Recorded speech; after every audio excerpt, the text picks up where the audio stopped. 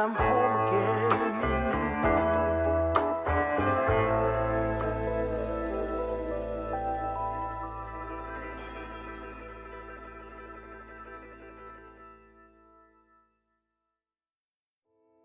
Hello, and welcome to the Place of Wrath and Tears, a KULT Divinity Lost actual play stream. We are closing in on episode 50 here at TTRP Theater. I think this is going to be episode 48. So, yeah, we'll probably have to do something interesting for that, won't we? We'll just have to see what it is. So, you know, if you are seeing this live, thank you for watching it live. We appreciate it.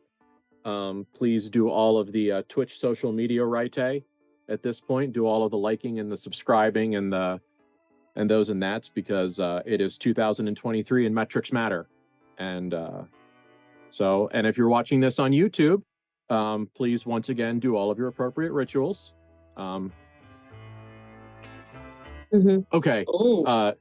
Curtis, the voice of the Demiurge, says that this is actually going to be episode 49. So I guess I better get my shit together.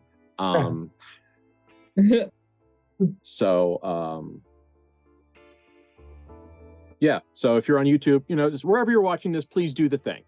You know, if you're, you know, we don't spend a lot of time leaning into the stream stuff. You know, we don't ask you to smash the like button or anything else. Actually, if you could smash a lantern flyer or 1,000, that'd be great. So tonight we are going to get into some origin stories. We're gonna get a different view of the world that the Van Horsts grew up in and the people that shaped them. So, as we've talked about, the Van Horsts are adopted. They were selected by Malice Van Horst for various reasons. They were acquired, and they were raised. Some of that was not done with a kind heart. The initial set of decisions that created this family were cold-blooded, to use some understatement. And so as we talk about that, this is going to be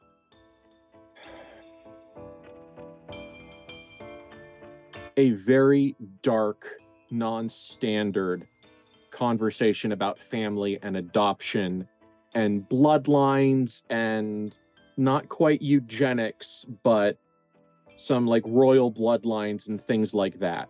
It's not something that we lean into super heavily every episode, but you know, if adoption or like Ben is trying to use the gentle words that Malice isn't, so I'm like I'm like blood purity. As the incredibly icky fuck Nazis, by the way, for the incredibly icky ideas that it is, some of that is going to come into play. It is not Nazi bullshit. It is it's a version of eugenics. Yeah, it's a little bit eugenics, but it's more monarchist. It's not about these people are inherently superior. The characters may decide that by themselves. I will let the players make that choice. Elon, I see your eyebrows moving. I said no words, but we all know that Matthew is the worst. Yes. But Matthew Van Worst. We were just mandated by gods to rule. It's fine. Yes. Their DNA isn't any better. God just loves them more. Which is correct. Which is a lot. But you know, that might land a little bit unfun for some people. And if it does land unfun, hey, that's okay. we tell heavy stories, and we do it as safely as we can, and some of that is letting our dear friends know what's coming, so you can decide if it's going to be fun for you for the next 90, 120 minutes. But yeah. So yeah. The Van Horsts were acquired in the 20s, around the 20s, the 30s. And for any of you that listen to all of the like history of the world podcasts like I do, you'll know that the science of genetics in the 20s was dog shit. So you might be hearing some mentions once again. This is not Nazi bullshit. Fuck Nazis. They are not welcome. They have no place here. They have no place anywhere. My other opinions on them are actionable and therefore will not be said right now. Yeah, so the Malice Van Horst was the absolute worst, and vaguely through developing a family and then pretending to care until he actually did, he made himself vaguely less the worst, specifically to like 4 to 5 people in the entire world. So yeah. Okay. I think that I have absolutely adequately killed the mood, so let's all get super excited and ready to do this. So when we left our well, you can't say intrepid heroes. I was gonna say intrepid villains. Yeah. When we last left the characters we all have an extremely complicated and troubling parasocial relationship with. They were wearing robes of flesh, made from a sacrifice by a groundskeeper that their father prepared for them. And that is as terrible as it sounds. And so as they put on their robes, a piece of the world revealed itself more clearly, and they were staring at a small stone chapel-looking building in a clearing that wasn't there before they wore their robes of office. So just we're gonna kind of get you guys in and moving, and I'm gonna ask you that kind of as you turned around, as you realized that there was a thing that was hidden from you, and that this grisly process was necessary for that revelation. How do you where's your character at in this moment? Having Clara channeled the last moments of this poor man and contextualized this sacrifice. So what's going through your minds at the moment?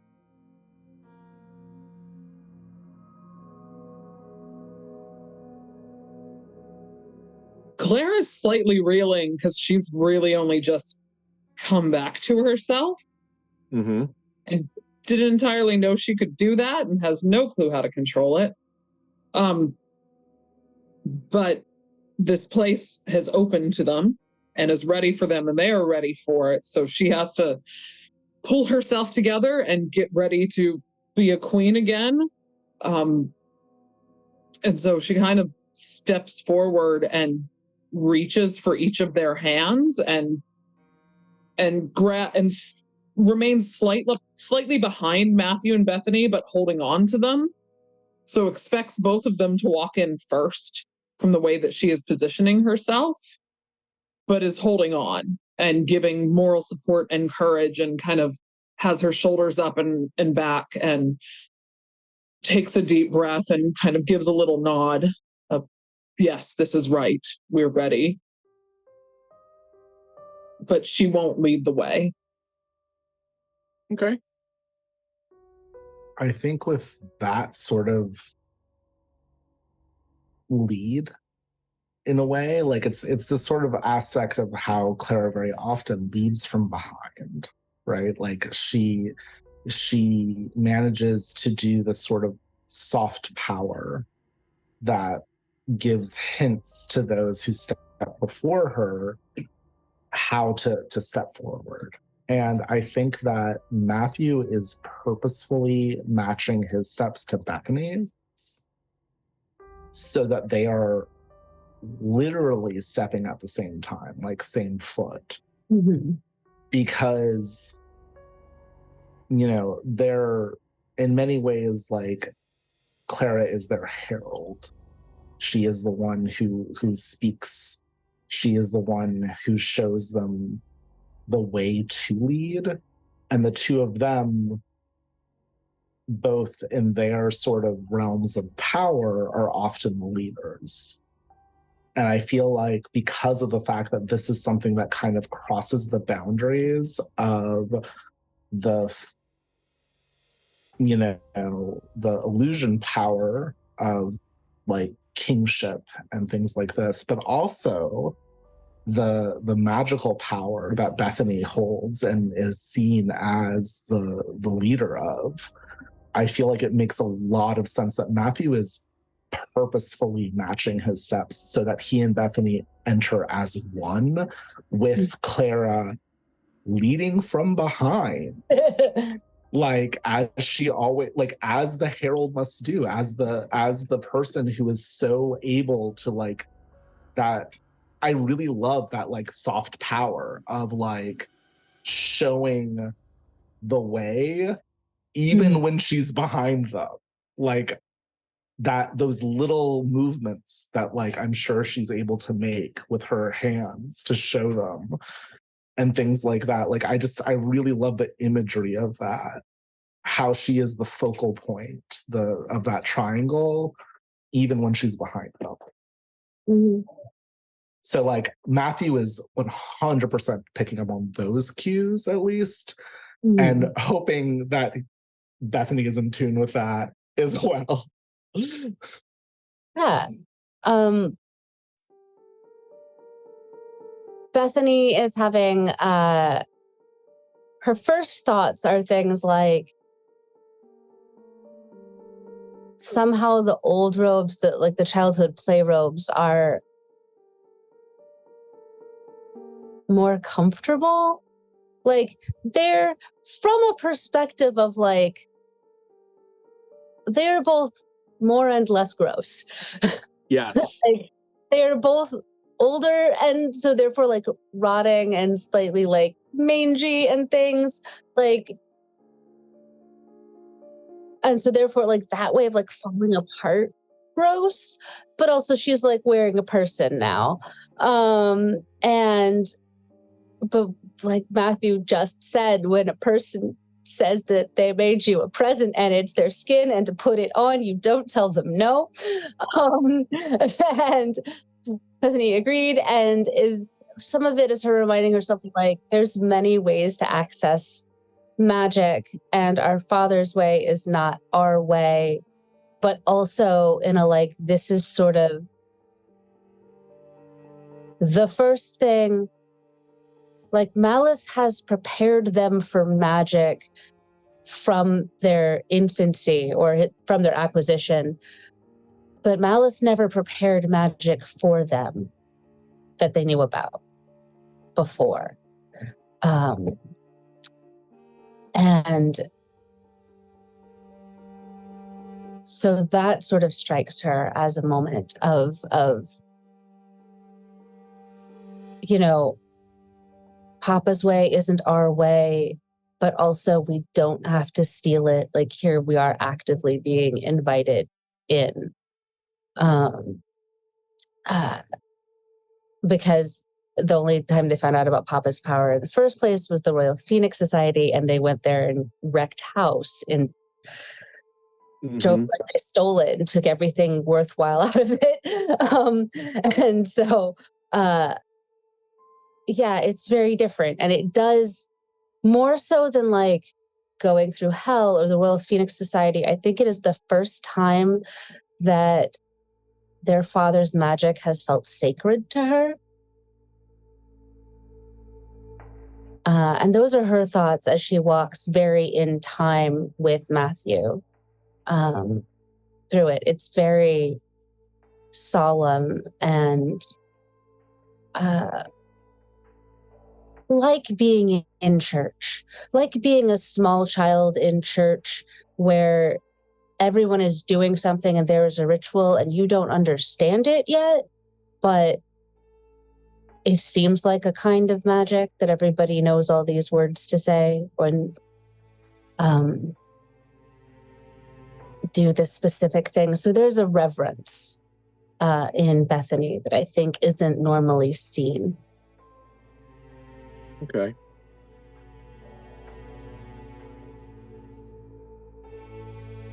The building that you approach is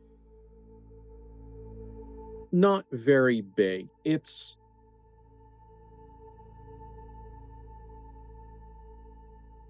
I don't know numbers. It's probably only maybe it's small. It's like not quite tiny house small, but itty bitty house small. It is a simple rectangle. It has some buttressing along the sides. It has what could arguably be called a steeple, but it looks less like a piece of function and more gonna work right with those fantastic words from Kate, like a blind replication. So does this building need buttressing? Probably not. It's probably very small. It looks very squatly made. If you have someone in your life, I know I do, that over engineers everything they make, it's 4x4s when it could be 2x4s. It's heavy duty screws when it could be nails. If you've ever seen someone just devoutly over engineer something because it offends them on a spiritual level to even contemplate it breaking, like this was that kind of build. It was just like the walls are super thick, everything is heavily supported. It does have a slight trapezoidal shape.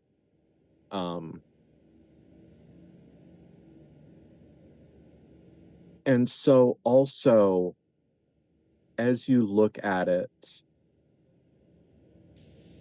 you are also reminded of newsreels that you saw a decade and some change ago. The the reels of film of D-Day. Specifically the aftermath when they showed those concrete pillboxes. There is an aspect of this that almost feels a little bit like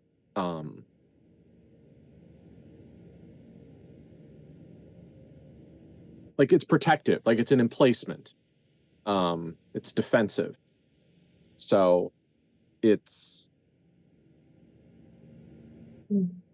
is probably it is as function over form as a steel mill. And it is definitely made to do a thing, and it was designed with that function. But ratios exist. You could probably, if you sat down and did a little bit of math and took out some basic surveying tools, you could probably find some of the good mathematical grounding for good, not archaeology, the other A word, architecture, but I don't know those numbers, and I'm not going to make them up, but they're there, they exist, and they were used. So it looks right, but it definitely looks solid.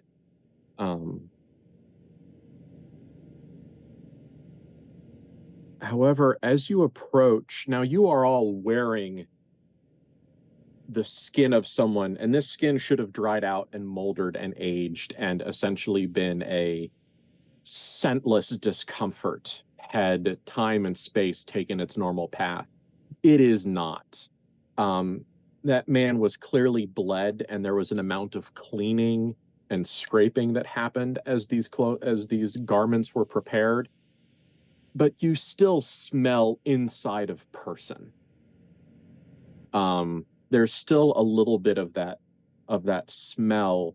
And so as you walk closer, it takes your senses a minute to realize that there's a matching smell coming from the building. Mm-hmm.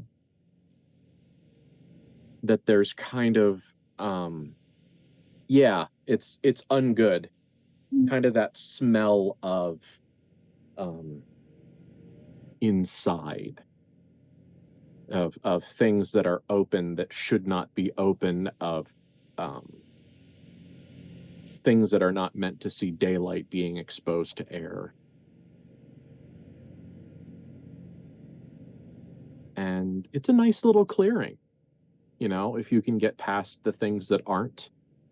And it definitely feels like it should be here. Bethany, your best immediate guess, it's not critical, is that this was a piece of the lie that was pinched off.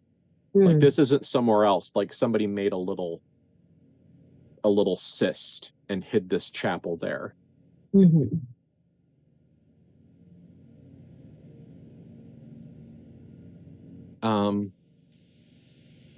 However, there is bottom right-hand corner, so you've got a basic doorway. You do not see any wood on this at all. The door is open, the windows are open. But there is a small brass plaque that has patinaed and worn with age down in the corner where someone would label a cornerstone, the first stone laid. It, however, this was clearly not a cast piece. This wasn't a forged piece. It wasn't meant to be this little rectangle. It looks like it was made out of something bigger. You can't really tell, but you can tell that it was roughly shaped because the hammer marks are still in it. And this isn't what I make. This isn't stuff that cute hammer made stuff that has all the little marks on it. It's all very fancy. This is someone beat a piece of brass until it was kind of sort of flat and kind of sort of square. And it had words chiseled into it, but now they were originally gobbledygook, or they are now an illegible mess. Bethany, this disconcerts you because the way these are not letters feels very familiar to you. Like when the world stops making sense and the comprehension kind of fades from you, this is very much like if you tried to write something down, you could imagine that it would look like this. So someone made a keystone plaque and was not entirely grounded when they did so. I think that seeing that is the thing that makes Bethany stop walking. And she immediately looks to Matthew to see if it also looks like nonsense to him, or if that's just a her problem. He looks at it and genuinely tries to find meaning in it, and he's like, and so he looks at it and then nods to her of nope, that sure is some stuff. And he will move forward. He's not letting go of Clara's hand, so the little trail of them is still going. Yeah. Which is in some ways endearing, but in other ways, this is certainly not an endearing place. to trace his fingers over Mm. the nonsense of this play. Matthew, you have seen your fair share of blueprints in your life. And in this day and age, they are literally blueprints. I will not write another love letter to the steel industry right now, but they are actually blue. But one of the things that blueprints have is they have a rectangular piece, usually in the bottom right corner, that gives you a bunch of data. Yeah. Like who drew it, what year is it revised, what's the name, what's the part name, da da da da da. And then there's typically what's called a tolerance block, which gives you your mechanical tolerances for production. In almost every single one of those prints, there is a line that says break all sharp edges 1/32 max. And that, Elon, did you freeze? No, you're captivated. Sorry. I am legitimately fascinated because you have to understand that on an out of character level, this is so past my experience. So I'm just I'll take like, a picture at work tomorrow and send you one. be like, tell me more, Ben. So, but it's a catch-all that says that just like there's not supposed to be any sharp edges. These are supposed to be generally safe to handle. The basic idea is that you should be able to pick up a part and not fear cutting your hands. Valid. Yeah. Now, humans are not perfect creatures, and sometimes things get missed. And so, Matthew, you have felt on occasion that distinct, like, sharp roughness of a uncleaned edge. And so when you touch it, I mean, you don't cut yourself on it, but when you touch it, you go, yeah, this person did not, there was not due diligence. Like this is very, very rough work, but that's the context for that. Okay. Is you go, I know that a craftsman who made this on purpose, deliberately, like in their right mind, with all their faculties, would not have allowed this to be this sharp. Yeah. So that further reinforces the messiness of it. I think that what he ends up saying is whoever made this was either very inexperienced or very unwell, and I'm not sure which. Could be both. Could be both. Could be both. Yeah, he tries to make sense of it, but my assumption is that there's just no sense to be made of it. That's fair. The fact that whoever finished this building was in such a state when they did it is the information. Yeah.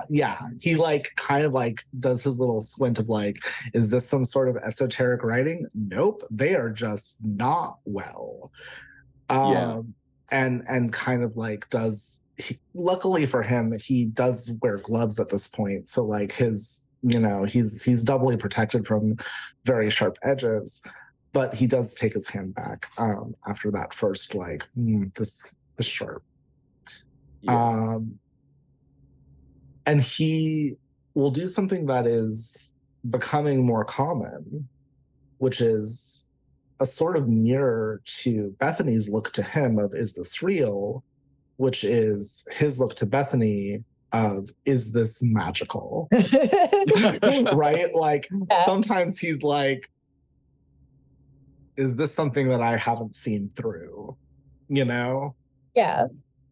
So Bethany will look at it with magical intuition just to see if she can perhaps, in her familiarity with madness, glean what was meant by what could not be scribed.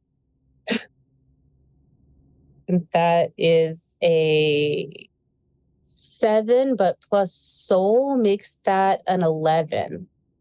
Woo! I was not ready for you to summon a creature from beyond time and space right now, so I'm glad that went up. Yeah. It shouldn't have that scary. But yes, so mhm. Yeah, if I can give other people who run games one piece of advice, it's be prepared for the worst possible roll and the best possible roll. Because you always plan for in the middle, and sometimes you're not ready for what the dice make happen. It's a complicated answer, so I'm just going to give it to you rather than make you like pick which one of your questions. Yeah, I was like, they all sort of ask that question, but none of them actually ask that question. Yeah. This is not magical at all. Like this is a lump of brass. You're willing to bet it might have just with a more open mind, you're willing to bet it's maybe from like a bell or maybe like an old brass cannon barrel or some larger piece of almost architectural scale something, because this is significantly thick and it was like sledgehammered into shape. There was no finesse with this. But the thing that catches your eye now in this moment is the fact that you are not seeing any nails. Oh. And it's something, and it's very subtle, and you almost think that like there's a little bit of trickery here. Like that you're almost getting a signal that says, I'm a normal brass plaque. I'm a normal brass plaque. Look at me. I'm perfectly normal. And so the thing that holds your interest is the absence of nails or screws. And the gentle, almost organic way that the stone slightly radiuses in to match the brass, almost as if like swelling around a bandage. That kind of slightly blistery sort of feeling. Now it's stone, right? It is stone, but there is it almost feels like the stone has expanded a little bit or pressed into a shape. And then you are compelled to investigate the rest of that stone, and it did not strike you until now, but there are not really any chisel marks. For a craftsman of such rough skill as to make this plaque, for all of these stones to be free of marking is not what was expected now. And it is in this moment of what is expected versus what is unexpected that you do have that realization that while its method of construction seems to be entirely mundane, its materials, however, are not.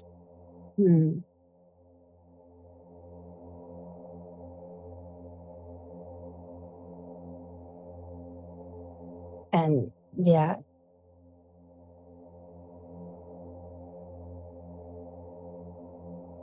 What?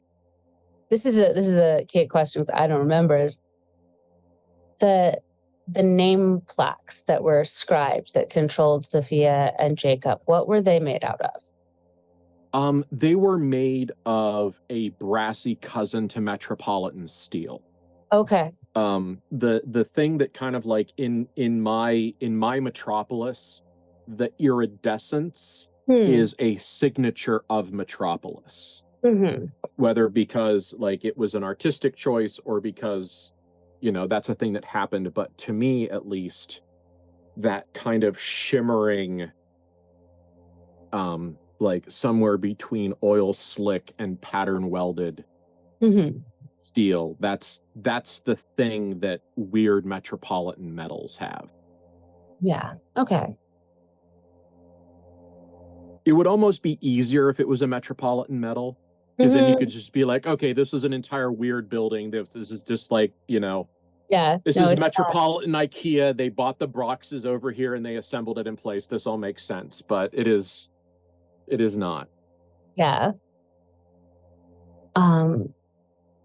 Yeah. So I think she's gonna touch the rock.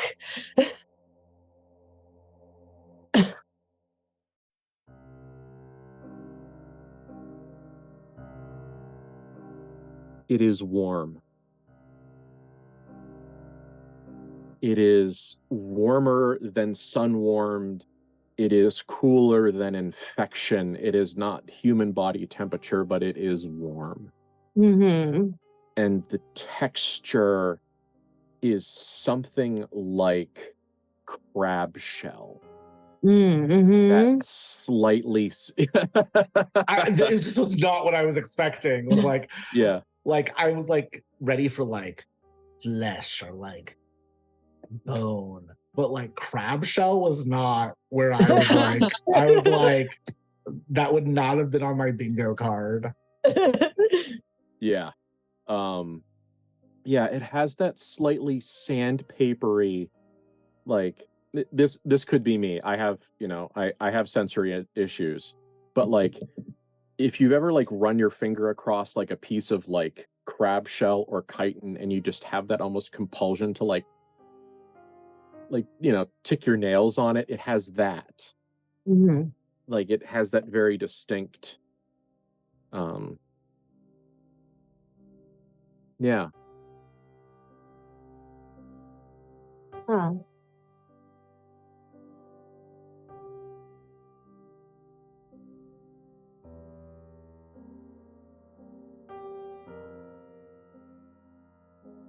So Bethany's just gonna look at her siblings and say, like, touch it. Not doing a good explain. Just touch it. Touch the cow. Do it now. Touch the rock thing. Touch it. I mean, I want to say that Matthew questions it, but he's like, puts hand on, like he will take off his right hand glove, which is the human hand, and we'll touch it. Yeah, Clara will squeeze Matthew's hand and let go so she can also reach out and touch. And it is the same thing. It is slightly warm, and it is that crustacean-y sort of feeling. It puts you to mind of crabs and crickets. And the sound that lightning bugs make when you crush them.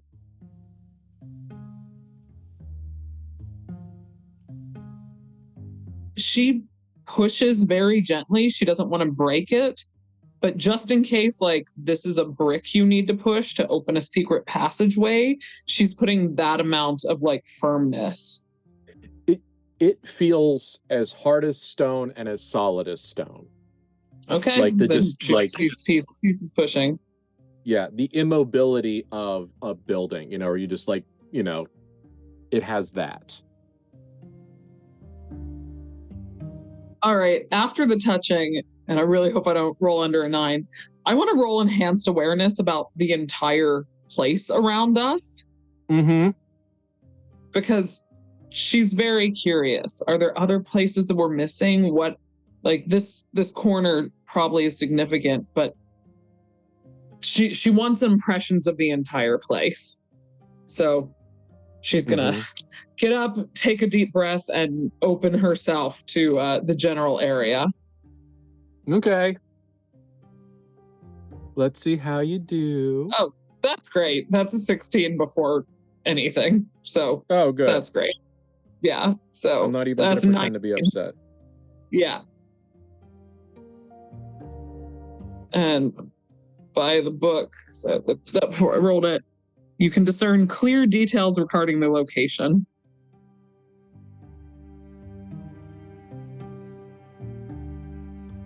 Roll plus soul on success, you have visions about the place and may be able to speak to entities tied to it, if there are any.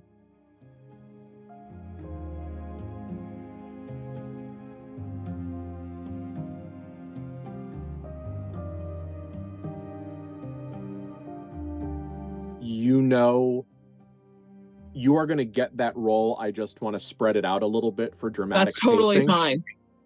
Yep. The first thing that comes to your mind is this is definitely a kind of like a dowsing sense. This is the way you interpret this directional feeling, is that where do you get stone? You get stone from under the ground. So the answers, the rest of the information you need to comprehend when you've awakened and opened your mind to gather information about this piece of reality, the rest of the pieces you need to paint your picture are going to be in the basement. All right. Or on the ground. It's going to be down. And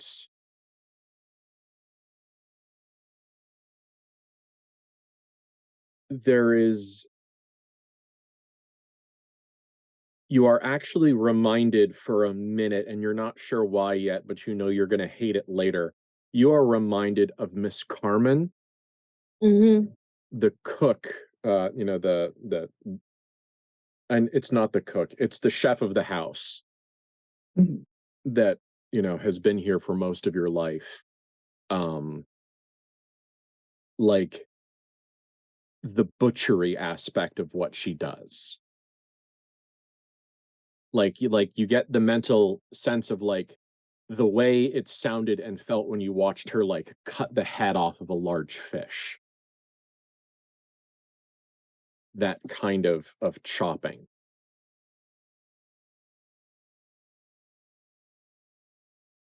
Interesting. All right.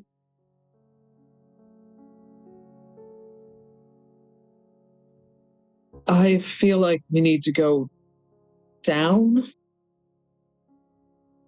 I don't think we're seeing the whole picture. I think you're right. There's more underneath this. I'm going to use magical intuition myself. Okay. Because that was a good face, not a bad face. So that is a 20. So I'll put 2 of those in my back pocket, but the other one is going to be where is the illusion weakest? Because that's the direction. Buddy, you are in it. Yeah. Buddy, you are in it. Okay, that's odd. Because he was trying to be like, is there like a place where we should be going in deeper down? But I guess just he'll look around and just be like, oh, we are deeper down. Yes.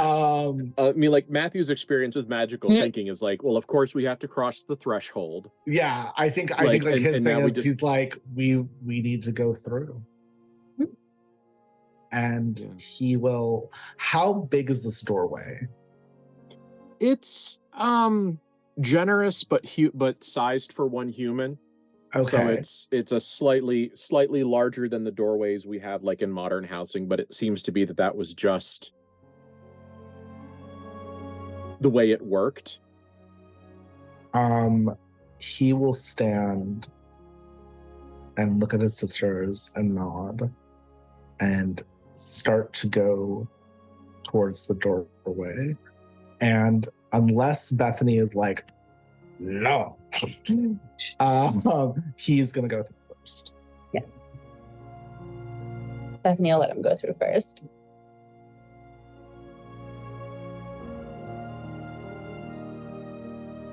But we'll also go in.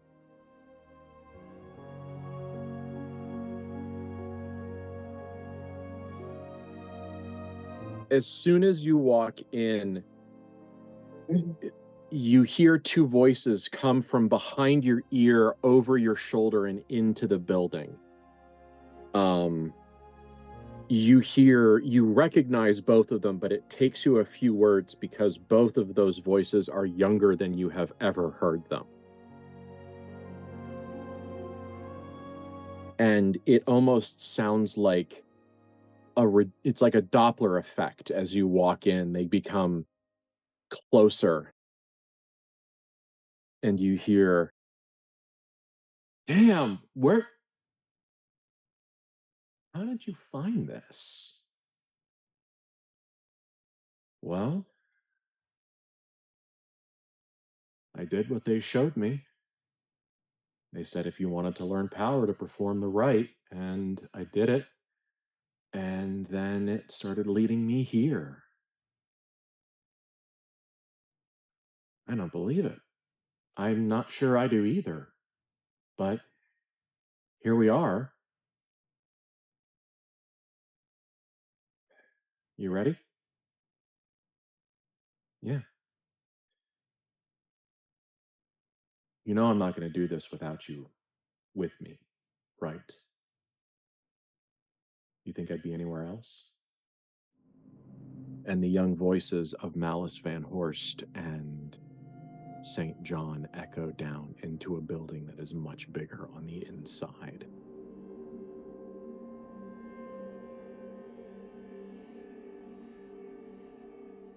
The same stone, you are in a 10-foot by 10-foot stone corridor lit every 50 feet by torches. It opens up into a small vaulted ceilinged room. It is approximately, however, maybe double the footprint of where you were before. So this is layers and layers of reality folded in on each other. Expertly folded. This is like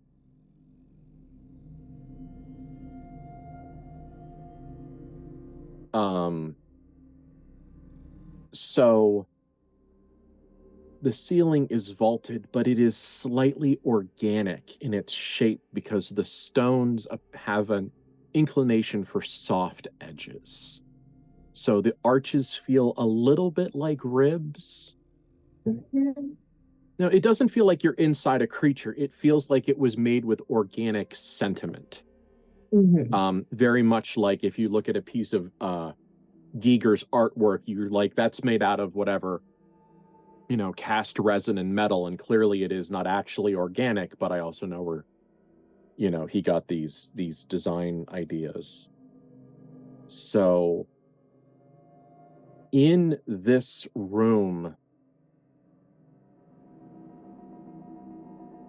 you remember your father's study, the place where he did magic. It was a very organized place. It was small, it was precise. It was a watchmaker's magic room. God. I can't find a better word than that, and I'm sad. Arcanium. That it was a watchmaker's space. Everything was small and delicate and precise and precisely tracked. This is not that. This is messy. This has like 22-year-old written all over it. You find kind of almost, once again, time is getting a little pinched off here once again, where things that are connected to these moments have been sealed away like memories. There are what look like food wrappers. There's like wax paper that has, that has been crumbled up. There's at least a half a dozen thermoses.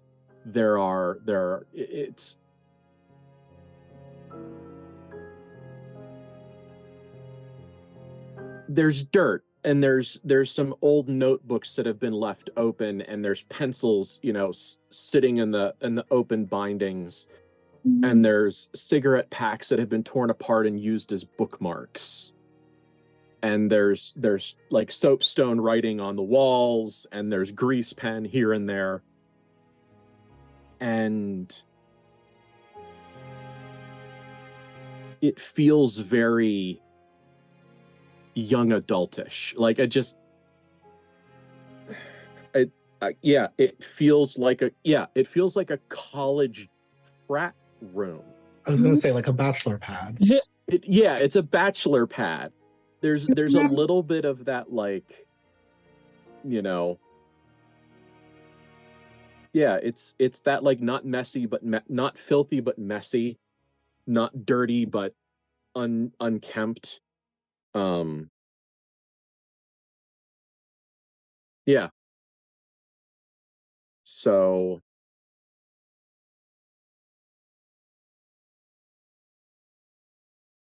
yeah.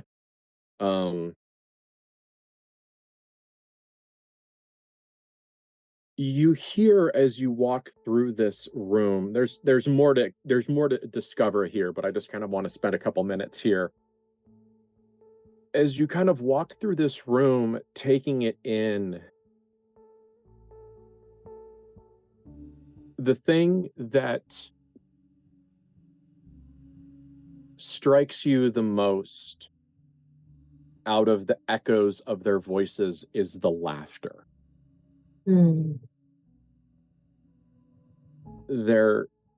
Your father never really laughed.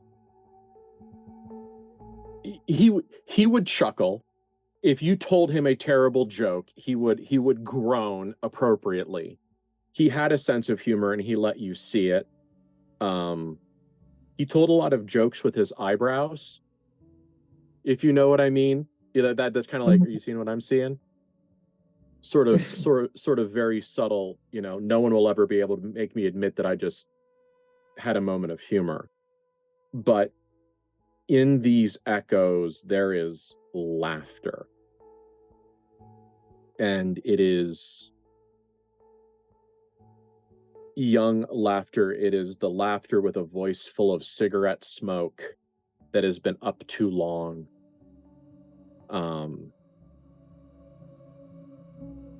There are arguments as well. Terrible knockdown, drag out, screaming arguments between Malice and St. John. You only catch fragments of them, but they're often full of, what's the word? Recrimination. It's, well, I did my part right. Why didn't you do your part right? Well, I didn't do anything wrong. What did you do? Let me see what you did. Show me your work. That kind of shared frustration that turns into conflict. And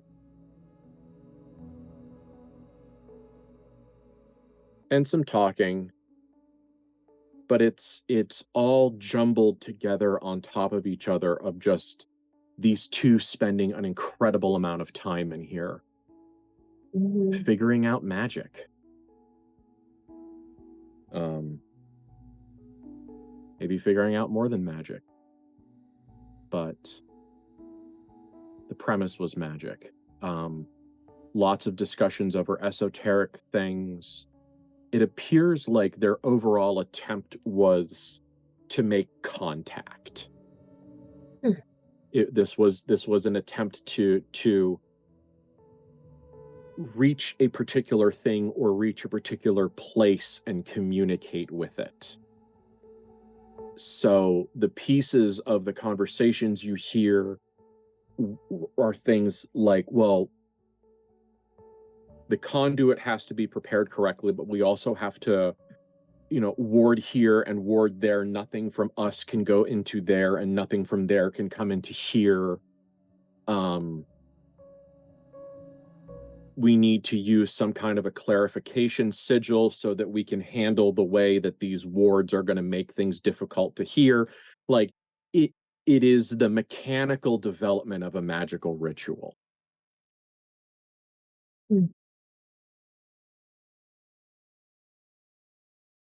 And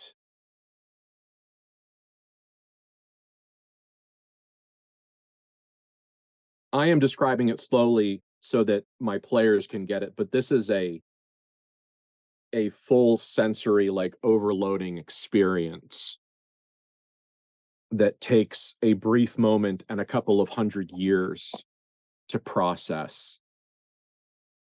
But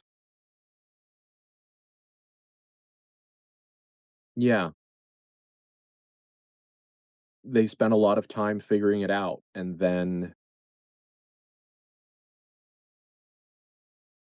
it gets very quiet.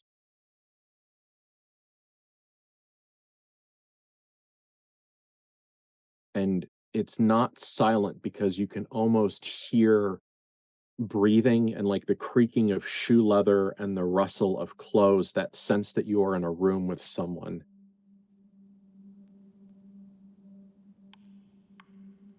And you hear your very young father's voice, tired and worn out, say,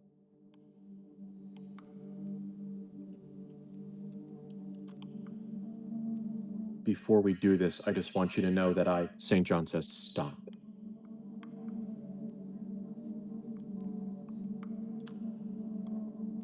If you say it, we have to deal with it. I know it, but just don't say it."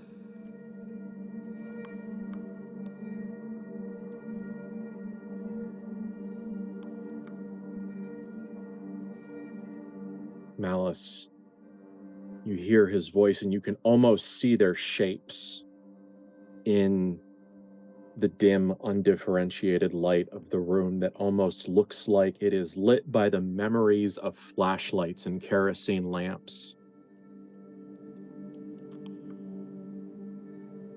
Two young men in the high waists and loose sleeves of, let me get the decade right, of like the 1910s. Hands in pockets, not really looking at each other, looking at everything but each other. And with Malice's hair not quite as full and leonine as it was when you were kids, but still developing the beginning of that. Hair now touching his collar.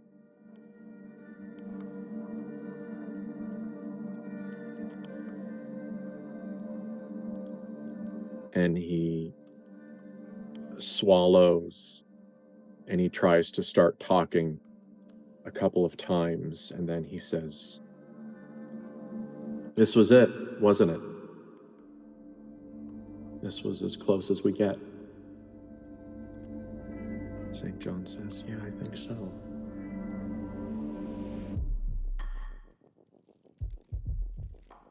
Alice says, well, it was damn good, and I'm glad it happened. For as much as I wish more could too. And St. John says, "Yeah, me too. But there's too much at stake. And we have too much to do. So, go pick up your things, and let's go talk to an angel."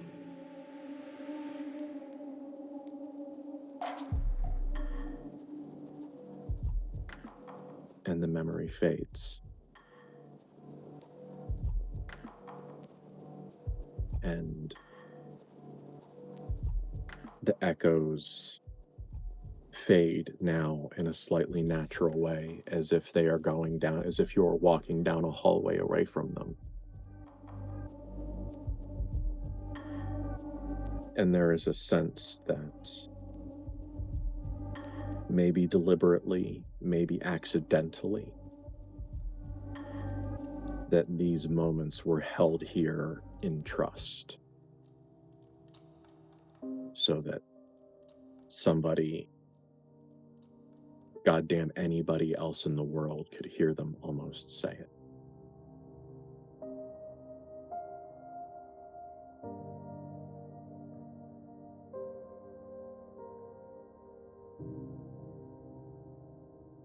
And then, as that moment passes, there is another genteel delamination of the lie. And now you are staring at a door that is the rough first draft of the door to your father's study, complete with the optical illusion, the perspective trick for the key. And I think we're going to take our break, and then we're going to see what's on the other side of that door when we comes back. So, yeah. Everybody go feel your feelings, and we'll see you in about 10 minutes. All right. Bye. Welcome back to the place of wrath and tears. Now we are going to get into the terrible stuff. Now that we've made you feel things, we're gonna fuck that all up. So let us begin.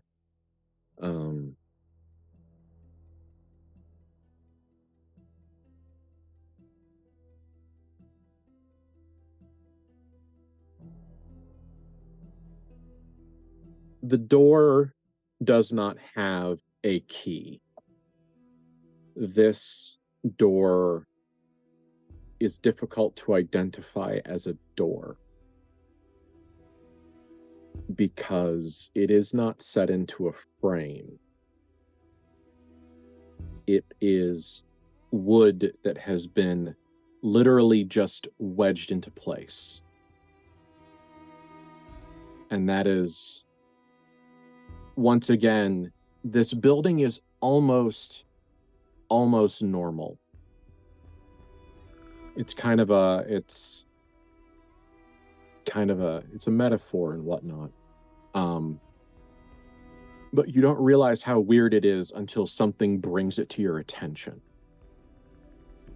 So when you go to the door and realize that it's not a door, that it is just wood that has been pressed into place, that is when the realization that you have not seen anything driven into the stone comes to you. But the magical rules of defining spaces is still required. And so one must delineate spaces. And so this is the door that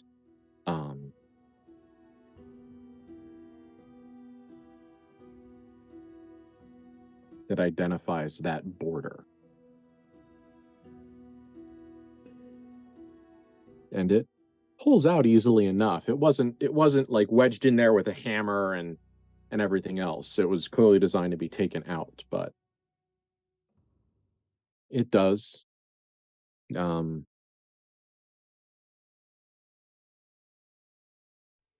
It was not made with a craftsman's hand. It was not made in the grip of unasked for awakening like the building was, but it was made by people who were not professional woodworkers.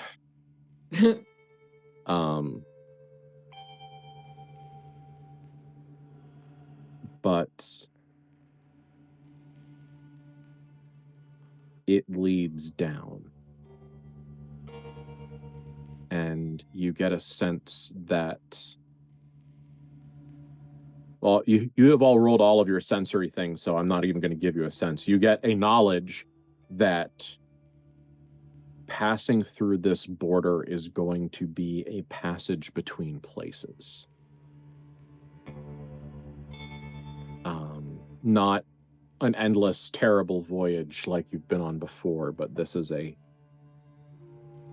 liminal space that lives between other places, much like the three of you at this point.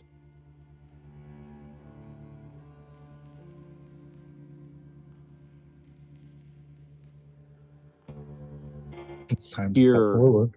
Mm-hmm. here now there have been niches carved into the stone or shaped into the stone. We're really not sure what verb we should be using on this strange shell-like thing. And there are short, fat candles there. That it seems that the memory of lamplight that was guiding you earlier is now gone. Excuse me, big yawn. And now I'm sure at least one, if not all three of you, have a lighter. I was gonna say, Yeah. I feel like all of us have a lighter. Yeah, Uh-huh. I'm not worried about it, you know. Mm-hmm. And Matthew will in fact pull his out to light the candles. Mm-hmm. They light with a fat orange flame and a unpleasant tallowy smell starts to fill the air, and the origin of these candles rapidly comes into question. Mm-hmm.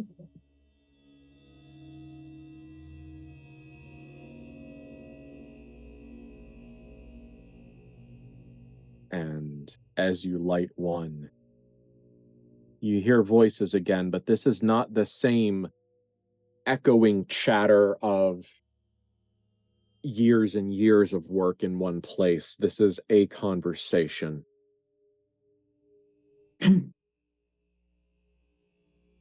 Well, what if they're stupid? It doesn't matter. Yes, of course it matters. You're really going to put the world in the hands of what? What if they're dumb? Of a fool? You think it's the first time? You think there's never been a moron on a throne before?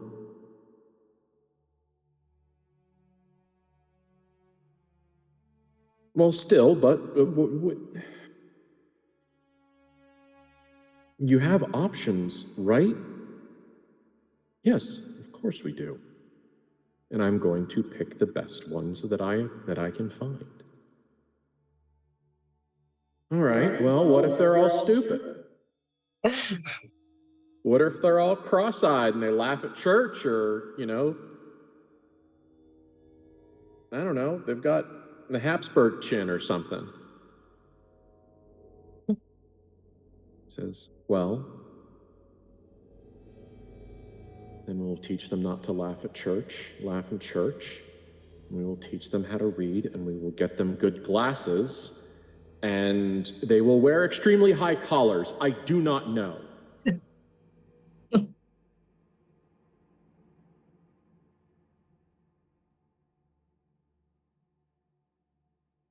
The world is broken. The world has been broken. The world is broken. I want the world to be unbroken. And to make the world unbroken, we need to make the world the way it was intended to be, and that means bloodlines on thrones.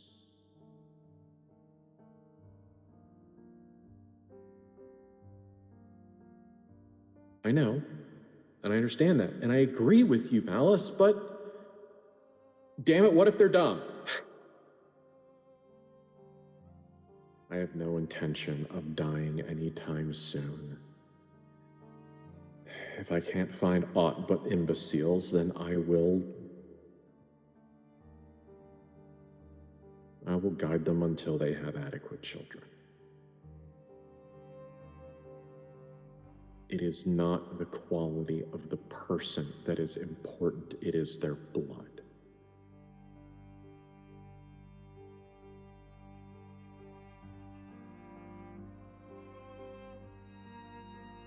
Okay. You know, I don't like any of this. I don't like the way you're talking right now. It's a mean way to talk. He says, I know, and I hope that I don't have to deal with it, but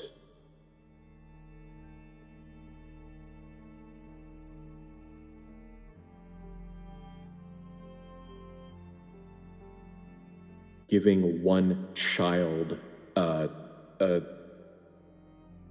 fairy tale life, probably in their own goddamn castle, with every toy they want and everything they could possibly dream for, in exchange for doing what I tell them when they sit on a throne, I do not consider a bad trade. Men accept much less in exchange for doing what they're told.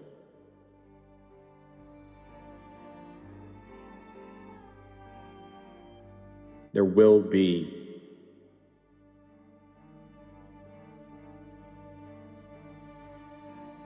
we will make things right. We will make this world rise from the ashes. This is what we know. This is what we've been taught. This is what we will teach.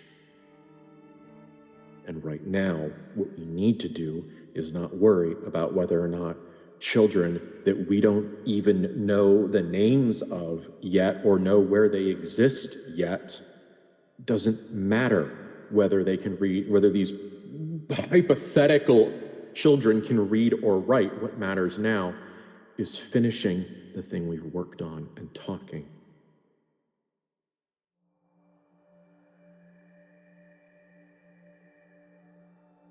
And talking to one of the archangels of Kether.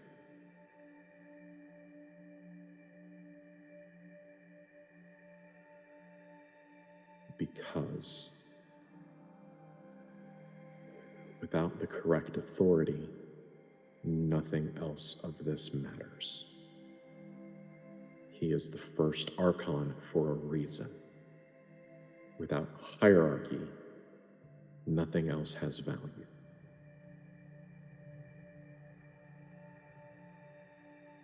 And it is harsh, but it is a law.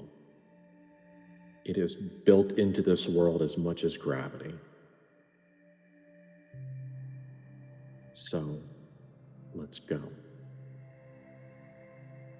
I'm not doing all of this work twice if I don't have to.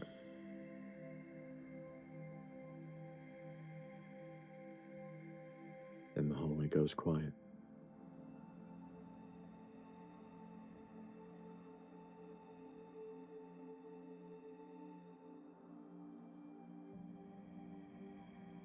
During the listening of this,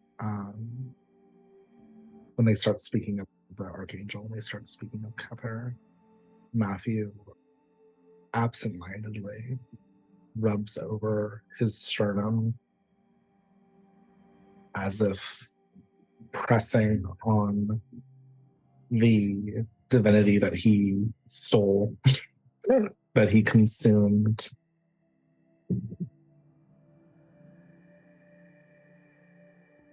And he says,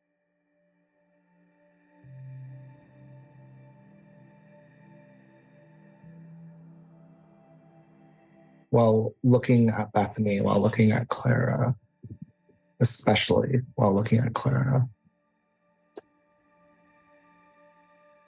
I can only hope as a parent that my children shatter my illusions as we were able to shatter Papa's.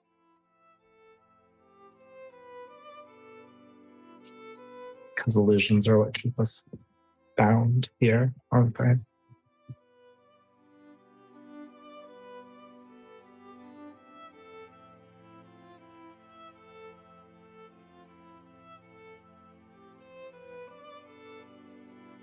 I think they will. And I think we are still shattering those illusions. We have to. We still have so much work to do.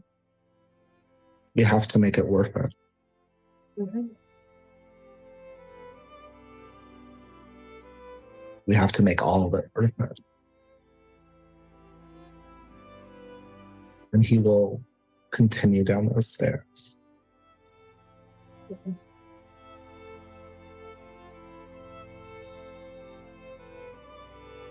There is probably no more terrible instant of enlightenment than the one in which you discover your father is a man with human flesh. Frank Herbert do? Yeah.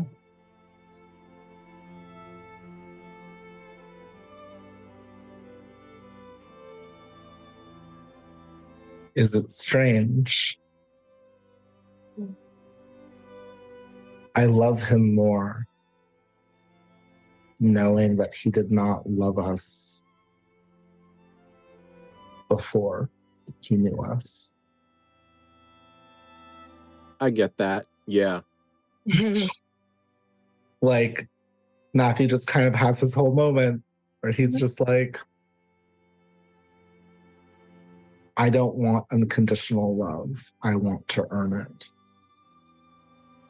Which is very toxic. Let's just put that out there. But boy, howdy does he say it.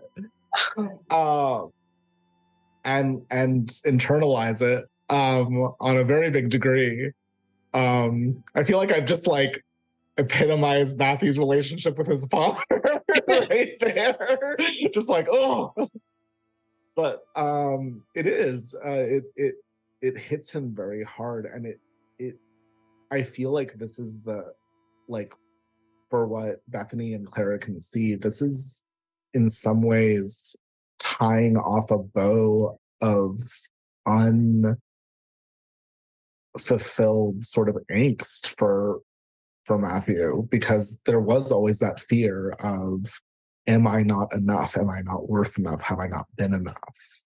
And weirdly enough, hearing his father talk about how he was worried that he'd have a Habsburg chin, and like that he'd be, hearing, St. John talk about how, what if they're idiots, and knowing that somehow, some way, these are people who ended up defying everything that they were to save us, to protect us, to bring us to the position that we are now. Like, Matthew, for all that this has happened, is walking on fucking clouds right now. Like, this is, wow. This is the ultimate, like, I feel horrible saying it, but like, this is the ultimate for him. Like, there's so much toxic levels of like, you should never take any, you have to earn everything, every modicum of respect you get. You have to merit love. Love is not given, love is earned. Mm-hmm. That sort of mentality, to know that he was not given love, but that he had to earn it. And that in doing so has to continue earning it through his legacy, of course, because like, this is not necessarily a thing that ever stops, right? When you don't have that idea of unconditional love, you end up never being satisfied. Because it's not healthy, y'all. But like that's not only is it a driving force for him, but also as someone who's very aligned at this point with the idea of hierarchy and Cathar and all that bullshit. Not that he fully understands it. It slots right in. It feels right. And I feel like that's a big moment for him right there. Like he's cemented something in this moment. This is fine. This is fine. This is healthy. This is fine. Sitting here thinking, going, oh no, he got his Bethany moment of coming out of hell when Sophia had like plowed through everyone to get to Inferno. And like Bethany just looked at this swath of carnage and Sophia like yelling about how dare we go off without her. And all Bethany thought was I've never felt so loved before in my entire life. And I was like, oh, this is Matthew's moment right here. It really is. Oh my God. It's Matthew's moment. And isn't it something that Bethany most felt loved when she saw that someone was willing to destroy for her? And Matthew most felt loved when he knew that the idea of him prior until he proved himself was to be loathed. Like, oh, both of them have like such unhealthy connections to the idea of love, but boy howdy does it fit the two of them. Clara, you're our only hope, please help. The Van Horst have been brought to you today by BetterHelp. BetterHelp is an online. What was it? The thing that we wanted to get on a T-shirt? If you're like a Van Horst, then you need therapy. Yeah. Van Horst go to therapy. Oh yeah. God. If you're, yeah. Oh. So let's go downstairs. This is great. Downstairs. Yeah, that's fine. Everything's fine. Yeah. Fine. The only person who drives a nicer car in the entirety of Pittsburgh is Matthew's therapist. That is the only person with a better car than Matthew. Oh, you silly person, Ben. Real men don't need therapy. No. You just need cocaine. You just need more cocaine.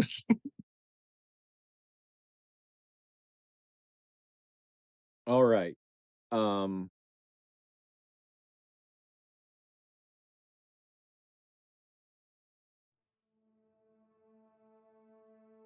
This room is a ritual room. This is a room.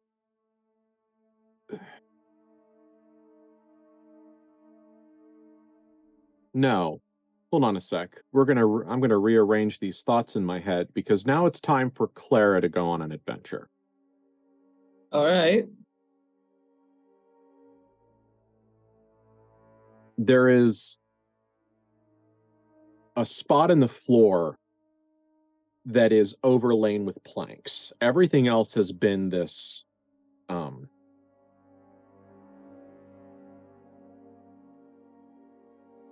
I can't make the word. This kind of strange air quotes stone.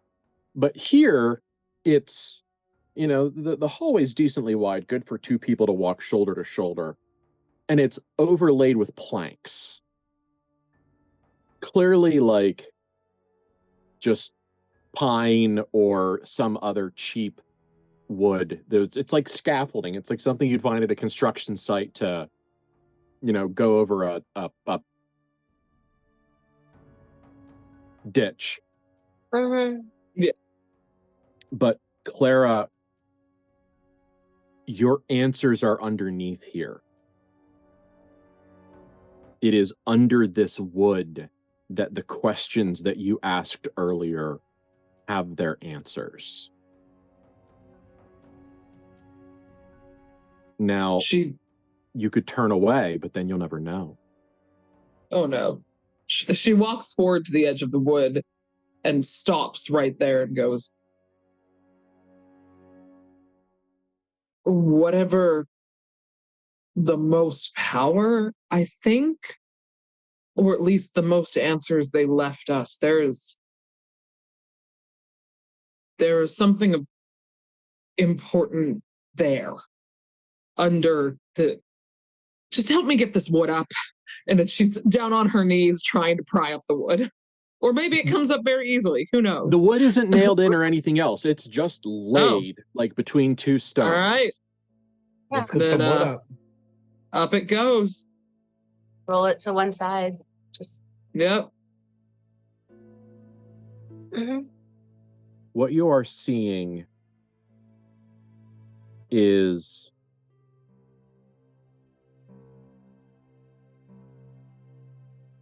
a pit. It's not very deep. It's maybe half of a man deep. In that pit, like kind of tucked into corners and alcoves that have been dug out from, so this is dirt right here. So you've got stones, and then the stones probably that thick as flooring, and then there's a couple of feet of this is old dirt. This is heavily packed, dense, like a couple of 100 years old dirt, soil. And so there have been little like alcoves kind of like scratched out of it. And there are tools sitting in these little alcoves, almost like this is a workstation. Mm-hmm. But these tools are cruel. They are like jagged, saw-toothed chisels with like a tip this wide, and a small like serrated handsaw that's only like this long, but you can only imagine the first thing that comes to your mind when you see this is just the idea of a battlefield amputation. And there are knives that are kind of curved on the end, and there's a couple of what clearly look like tools that are made for a very specific purpose, but they're not stoneworking tools as much as any of the Van Horsts would particularly know what a stoneworking tool is, but they're too slender and too sharp. You look at this and you go, if I hit stone with this, it would bend or deform or chip, or this isn't, stone. You need big, heavy tools. It's fucking stone and you got to hit it with a hammer, and this is for butchery. Mm-hmm. And Clara, in the bottom of the hole, there's a layer of kind of cakey, flaky stuff. And underneath it's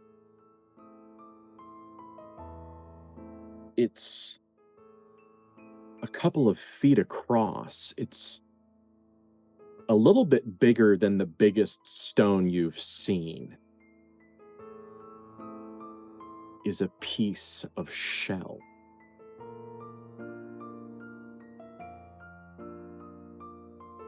And this piece of shell is curved more smoothly. And you can see some designs on it, some patterns on it. But the thing that you notice more is the rectangle of scarring on it.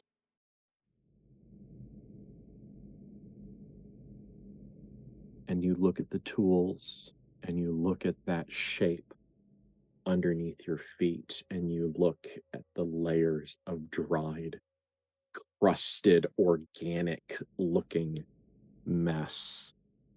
And you have opened your mind to the truth of the world, and it pours itself in. It was a very long time ago. It was right when the first Europeans were in this area.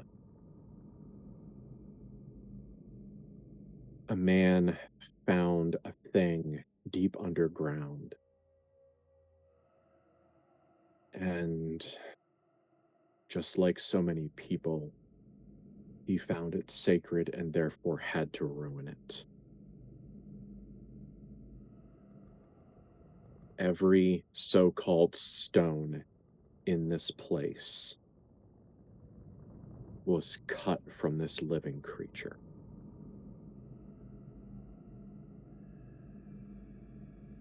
He cracked the shell the first time, thinking it was just New World stone, some kind of sandstone he'd never seen before. It was innocent. But then when fluid the color of bloody pus oozed up from around his pick, and the ground trembled underneath him, he realized that it was not stone. And he realized that he was hungry. And after the first mouthful of some unknown meat,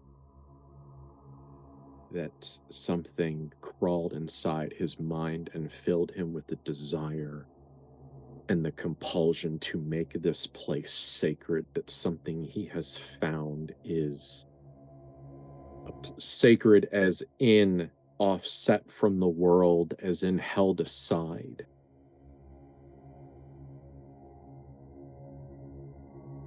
And so he made and altered tools, and he chipped this shell, and he cut out flesh in thick cubes and pulled it out.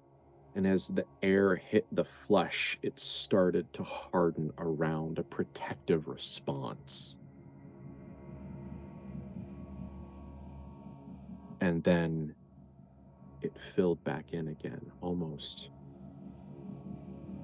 The whole thing was unsettling, but terrifyingly quickly, and almost by the time he had a piece of this living flesh stone stuff put in place, another piece was ready to be carved out.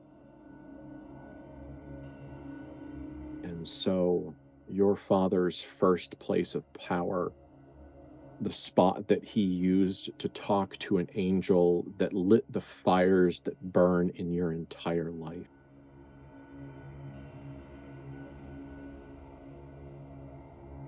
was built on the stolen flesh of something unknown.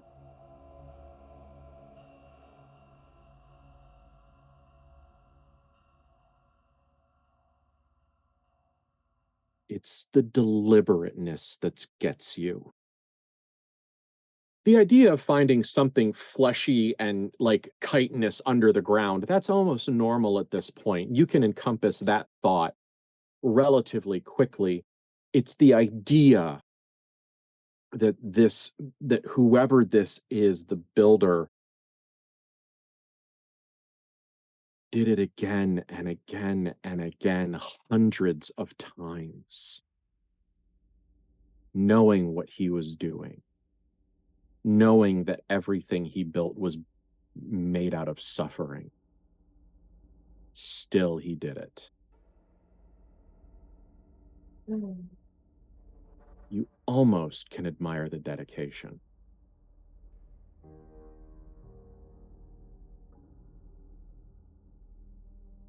She looks momentarily almost sick, and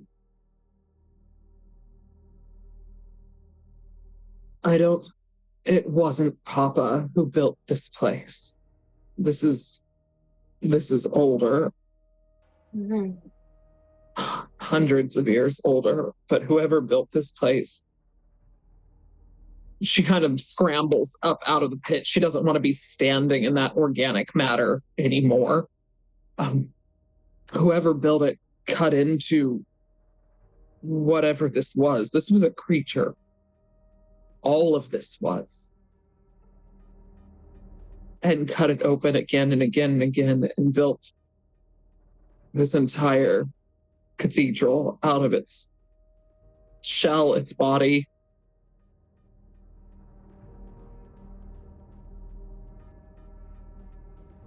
This is a place of power, but probably power because it was built on torture.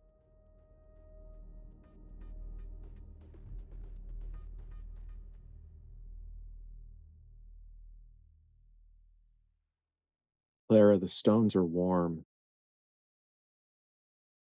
There's no evidence that any of these pieces ever actually died.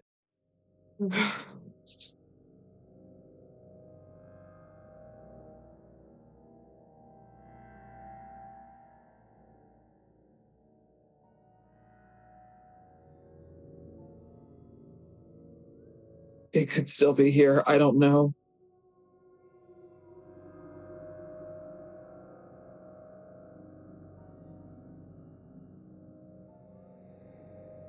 Maybe it's worth it. I just... We don't have to use it, but we do need to find out what Papa and St. John wanted us to learn here. You know. We can decide after. Matthew steps into the pit where Clara was. He brushes aside the material. He touches the warmth.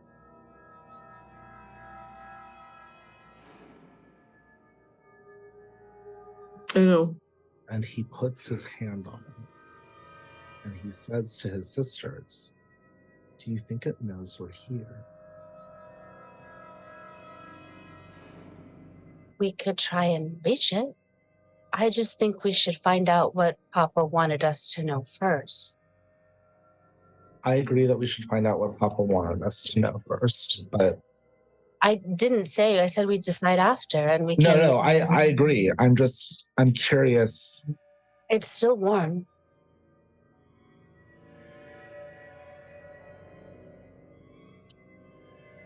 I want to acknowledge it, that's all. I don't know if anybody ever asked it what it wanted, or what its purpose is, or what it would have... Anything. If it had not been carved into this. And if anything, all this tells me is that no one's ever known what they were doing. Yeah. That I'll give you. When we come back, We'll come back. we'll stop. Yes. And he will clamber out of the pit. All right.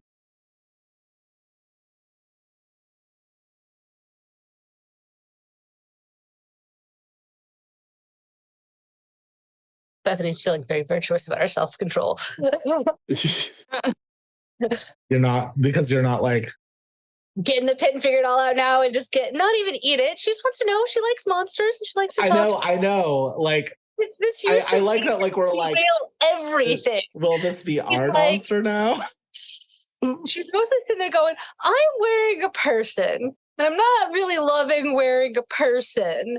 And we're in a living thing. So we're wrapped in a lot of alive forever stuff right now. And I would like to get as much of this done as possible so I can stop wearing the person, and then we'll deal with the building. I'm just excited that for once Matthew's not the one who's like, we gotta go forward. It's like Bethany's like, Matthew, stop it. Matthew's like, let me touch the weird thing. I feel like we've reversed places for a moment, and it's beautiful. Yes. Lovely.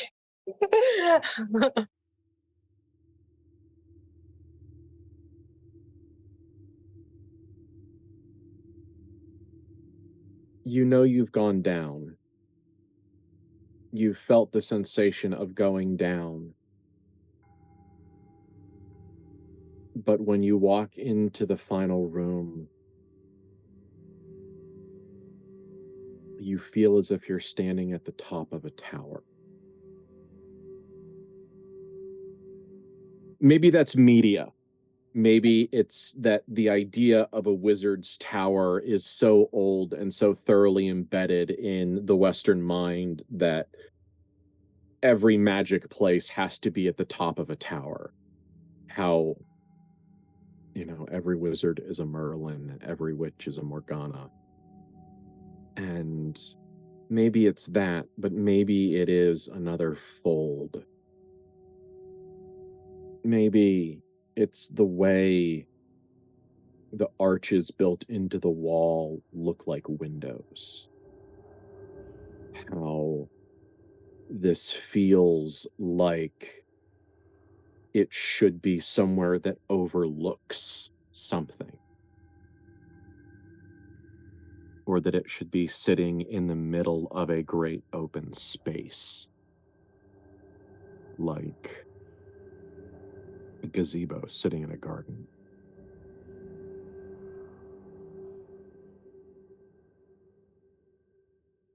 On the floor, there is a astonishingly intricate piece of magic work.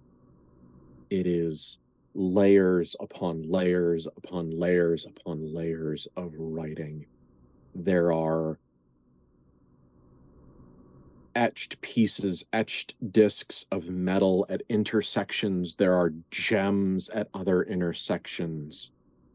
There are candles at places. Bethany, this is the absolute apex of the idea of exchanging value for skill. Mm-hmm. Where when you're not very good, but you know the right kind of craftsman, you can throw money at it. Mm-hmm.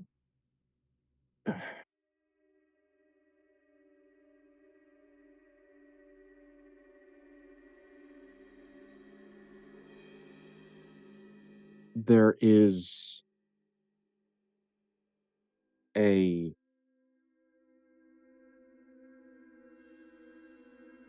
ashiness in the air, and many of the candles are like, you know how a candle has burnt down so far down that it does like that extra flare up? It's like the candles have done that, and it's clear that it is done, but also that that one thing has happened in this room and the echo is tuning fork clear.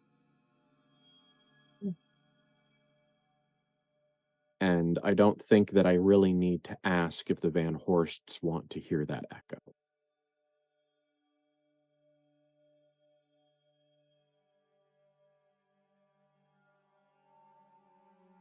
The magic is gone.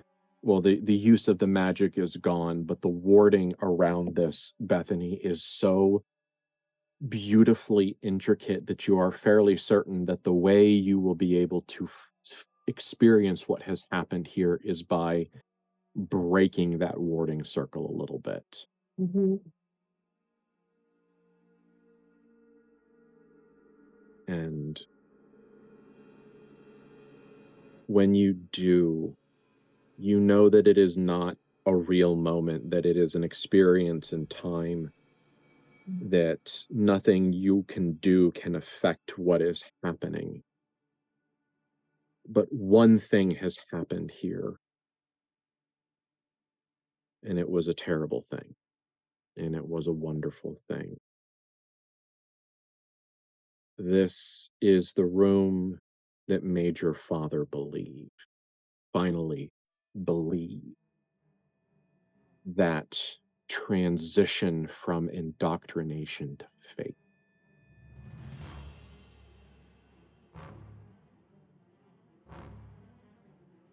And in that moment, the first thing that happens is you see Malice Van Horst kneel.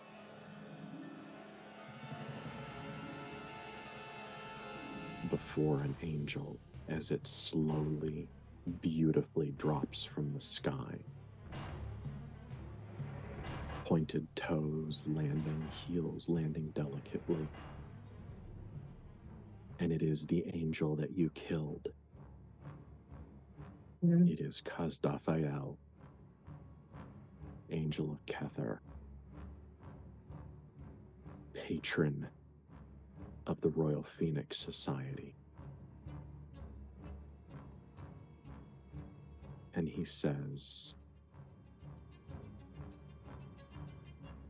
"You have shown yourself worthy of my attention merely by gaining it. Tell me,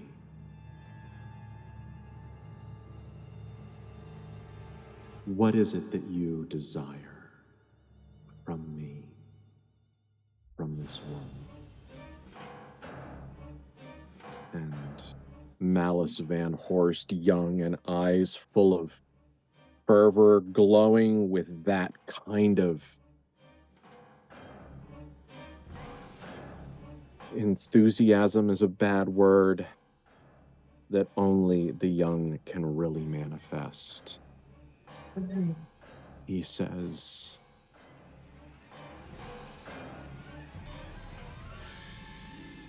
"I want the world to last forever.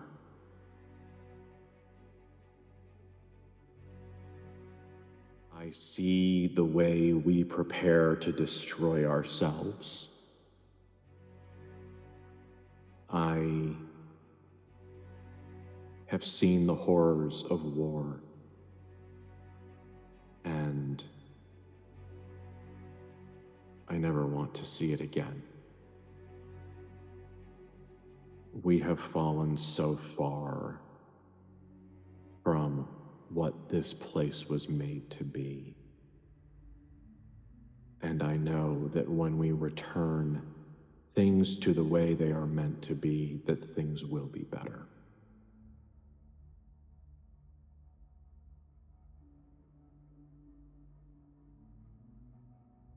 I know that there has been families and bloodlines that were blessed and sanctioned for power, and that when petty, impatient men removed them from their thrones, that they set the world adrift.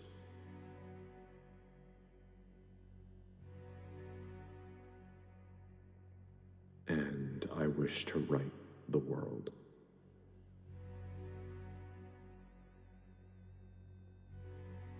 Kazdafael, with its beatific smile,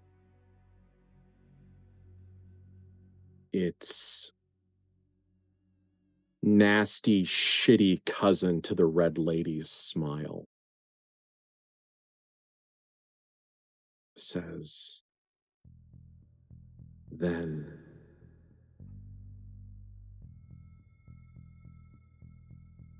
we have much to discuss, you and I. We have great plans to make. The setting right will begin in your lifetime. And should you and the others of your kind prove ready, willing, and able to sacrifice everything, you may yet live to see the glory of your dream come true.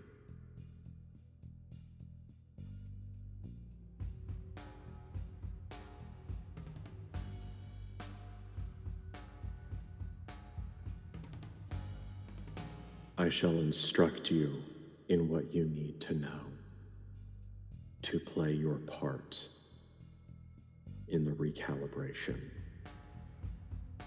of this reality. And when he reaches out his hand to Malice Van Horst, he takes it. And you realize in that moment that years later, when you fought this angel to the death and tore it apart physically and metaphorically, that the place in Metropolis where that happened is the same place that your father swore allegiance. Mm-hmm.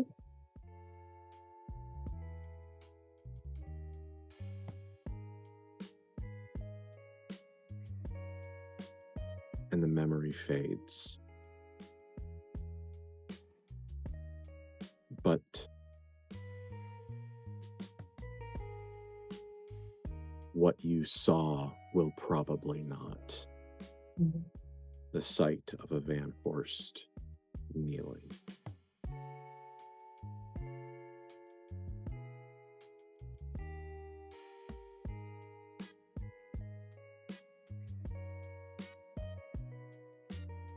I think that's the right place to stop. Mm-hmm. Yeah. Yeah. Mm-hmm. Oh. Ah. Yeah.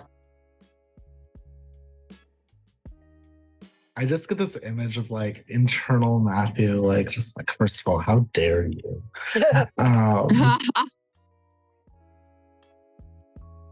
No, I love it. Two minds, one of which is Papa thought too small. He didn't know. He just knew about this world. He didn't know about all the others, and that our rightful place is unchained and unbound. So he was right in the main, but he was just too small. And he taught his lessons better than he knew. Mm-hmm. Maybe Yeah. Bethany's just on this vibe. That's where she is. I mean, hilariously, like, one, Matthew's like absolutely correct, like check mark correct. But Yeah. like the other thing that he's getting, and then I think we'll have to talk about, is he's like, oh, we gotta rescue Pava.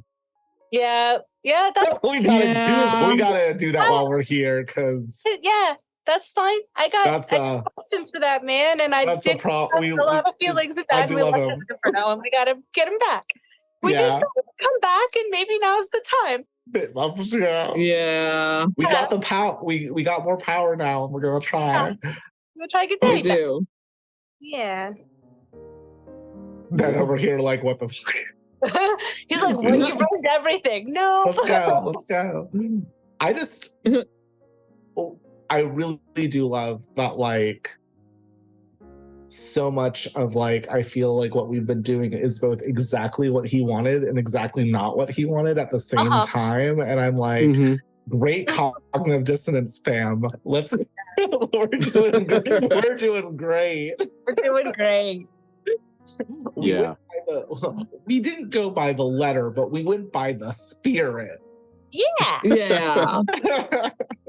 But did you know that really we were spirits unchained and this is a prison and they left us here? Because, like, we gonna rule the world, but like when we say the world, we mean like the world. You mean like the first one where we were gods? Yeah. I love that we learned effectively. We learned our father's lessons too well. Yes. Like, and I love that. I really do. Yes. It's like we were both not indoctrinated enough and indoctrinated too much. Yeah. Well, what I wanted to do is I wanted to take a minute and show the mindset that Malice was in when he started this path. Yeah. I love it. And how so good. easily and how close your path and his are. Yeah. And how easily you can do a lane switch. Yeah. I love it. And I also love that, like, it shows that he didn't come into this with like expectations of what happened, right? Like, he came in this with expectations of what he needed to get done. Yeah. And then it's that sort of thing where it's like, if you get too close to the job you're doing, you might have some lane shifts. And I really do love that, like, the experience of what he thought he was getting into, which was like, if they're bad, I'll just raise their kids. It's fine.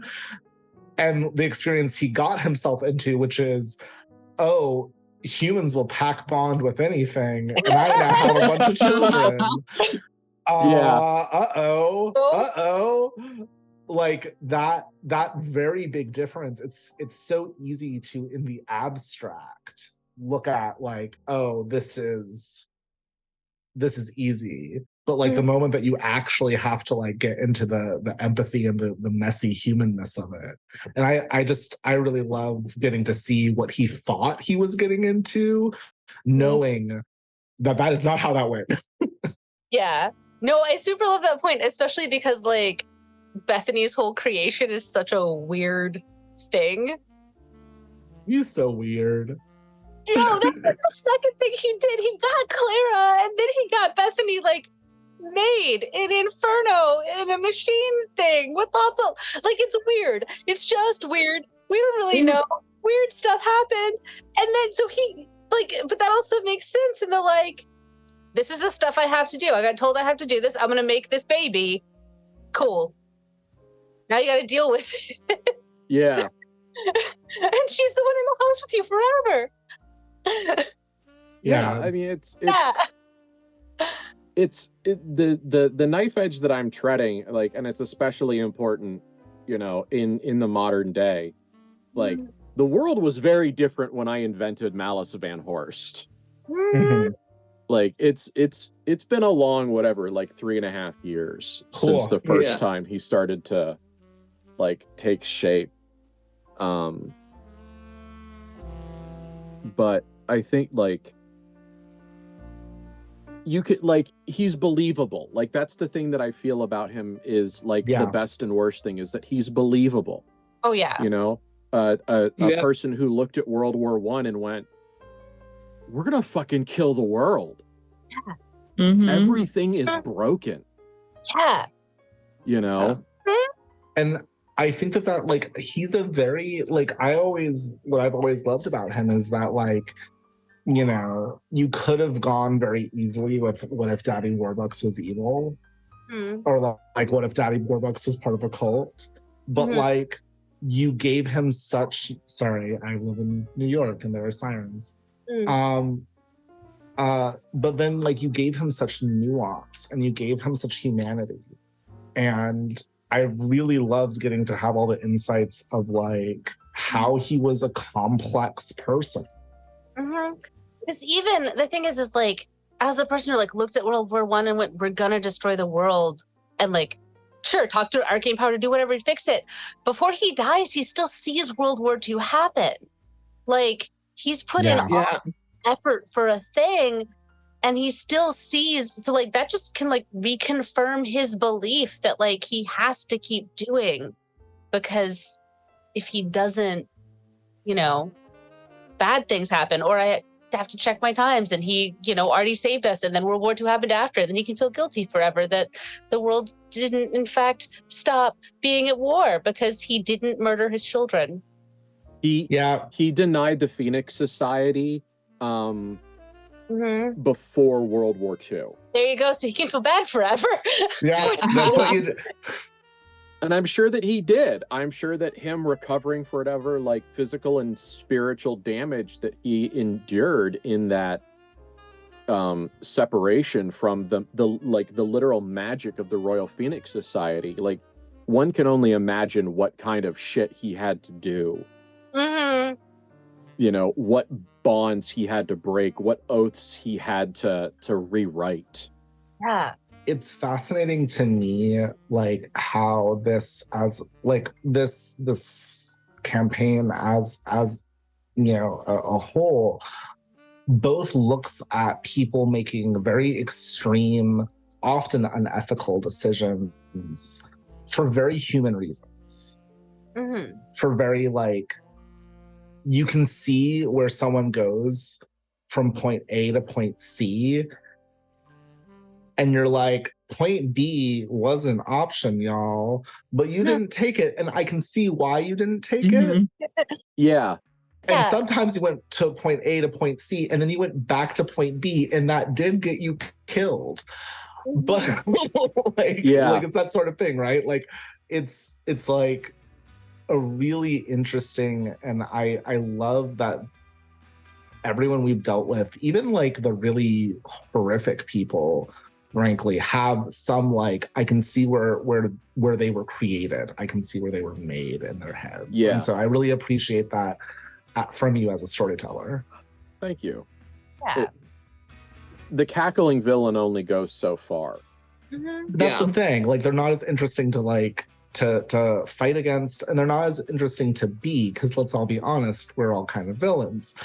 Super but like, but like, it's the pieces of humanity inside those that make it very interesting to me. And quite frankly, I feel like in this, we really looked at the road to hell as paved with good intentions.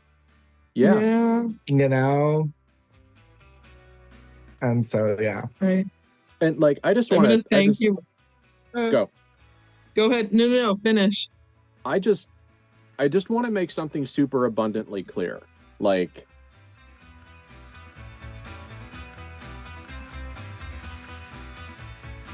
Malice Van Horst is not a puff piece for far right ideology. No. I am not presenting any of that bullshit as something that's like, well, but maybe. Like, I just, to be absolutely clear, that is not anything that's happening. I appreciate you stating that. he comes off more as a monarchist than the current far right that we're seeing in of fascism in the US. But I appreciate you saying that. Yeah. Well, just as I was describing what Malice was saying, I was like, oh boy, this sounds a little bit like, oh God, it's Mega. Make Elysium great again. It's the worst. But like, I just wanted to make it clear that like this and that are not connected, aside from the fact that there's a terrifying amount of overlap. But it's not because I want to justify one of them. You know, it's because the world is broken, and if you do what I say, we can make it better, has been hooking people since we invented people. Yeah. You know? Yeah. No, 100%. And it's that sort of sugar-coated poison pill, right? Yeah. All right, So, I'm going to say thank you because my contact is killing me. So I'm going to go take my contact out. All right. I think it's time to head so out. much. Yes. It was a lovely, fun time. Yeah. Yep. And this was great. Thank you so much. And it was great seeing you guys. So good. Yep. Yep. So, good night, folks. We'll see you when we see you. Night. Good night.